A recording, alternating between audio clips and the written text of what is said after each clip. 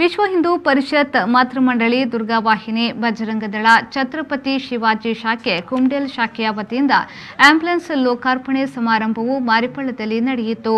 ರಾಷ್ಟ್ರೀಯ ಸ್ವಯಂಸೇವಕ ಸಂಘದ ಮುಖಂಡರಾದ ಡಾ ಪ್ರಭಾಕರ್ ಭಟ್ ಅವರು ಆಂಬ್ಯುಲೆನ್ಸ್ ಅನ್ನು ಲೋಕಾರ್ಪಣೆಗೊಳಿಸಿ ಬಳಿಕ ನಡೆದ ಸಭಾ ಕಾರ್ಯಕ್ರಮದಲ್ಲಿ ಭಾಗವಹಿಸಿ ಮಾತನಾಡಿ, ಹಿಂದೂ ಧರ್ಮದ ರಕ್ಷಣೆಗೆ ಶಸ್ತ್ರ ಹಾಗೂ ಶಾಸ್ತ್ರ ಎರಡೂ ಬೇಕಾಗಿದೆ.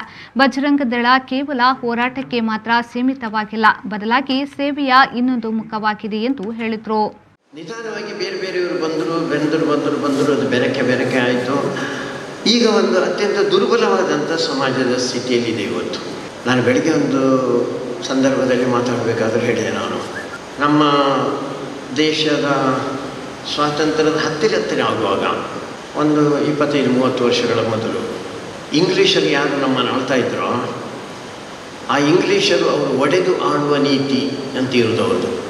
ಎಲ್ಲವನ್ನು ತುಂಡು ಮಾಡೋದು, ಅದರ ಮುಖಾಂತರ ನಾವು ಆಳೋದು. ಎಲ್ಲರೂ ಶಕ್ತಿಹೀನರಾಗ್ತಾರೆ.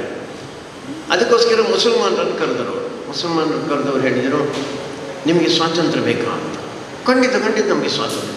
ಅಯ್ಯ ಮಾರ್ಯಾರೆ, ನಿಮಗೆ ಸ್ವಾತಂತ್ರ್ಯ ಬೇಕು ಅಂತಾದರೆ ನೀವು ಹೇಡಿಗಳೊಟ್ಟಿಗೆ ಹಿಂದೂಗಳೊಟ್ಟಿಗೆ ಸೇರಿ ಹೋರಾಟ ಮಾಡಿದ್ರೆ ನಿಮಗೆ ಸ್ವಾತಂತ್ರ್ಯ ಸಿಗ್ತದ? ನೀವು ಒಂದು ಸ್ವಲ್ಪ ನೆನಪು ಮಾಡಿಕೊಳ್ಳಿ. ನೀವು ಬಾಬರ, ಅಕ್ಬರ, ಔರಂಗಜೇಬ, ಹುಮಾಯೂನ ಅಂಥ ಚಕ್ರವರ್ತಿ ಮಹಾರಾಜರ ಕುಟುಂಬದವರು, ಸಂತತಿಯವರು. ನೀವು ಅವರೊಟ್ಟಿಗೆ ಯಾಕೆ ಸೆತ್ಕೊಳ್ತೀರಾ? ನೀವು ಬೇರೆಗೆ ಬನ್ನಿ, ನಿಮಗೆ ನಾವು ಸ್ವಾತಂತ್ರ್ಯ ಕೊಡ್ತೇವೆ. ಶ್ರೀ ಕ್ಷೇತ್ರ ಕೊಣಾಜಿ ಕಲ್ಲುವಿನ ಶ್ರೀ ಗಣೇಶ್ ಗುರೂಜಿ ಆಶೀರ್ವಚನ ನೀಡಿ ಕತ್ತೆ ಹಿಡಿಯುವ ಬದಲು ಮಂತ್ರ ಪಠಿಸಿ ಅಧ್ಯಾತ್ಮದತ್ತ ನಮ್ಮ ಪಯಣ ಇರಲಿ ಎಂದು ಹೇಳಿದರು. ಪರಿಷತ್ ಎಲ್ಲಿಯಾದರೂ ನಮ್ಮ ದೇಶದಲ್ಲಿ ಇಲ್ಲದಿದ್ದರೆ ಹಿಂದೂಗಳ ಪರಿಸ್ಥಿತಿ ಏನಾಗುತ್ತಿತ್ತು ಎಂಬುದನ್ನು ನಾವು ಊಹಿಸಲಿಕ್ಕೆ ಸಾಧ್ಯ ಇಲ್ಲ. ಇಷ್ಟು ದೊಡ್ಡ ಸಂಘಟನೆಗಳಿದ್ದರೂ ಕೂಡ ನಮ್ಮ ಪರಿಸ್ಥಿತಿ ಇವತ್ತಿಗೆ ಬಹಳ ಹದಗೆಡ್ತಾ ಉಂಟು.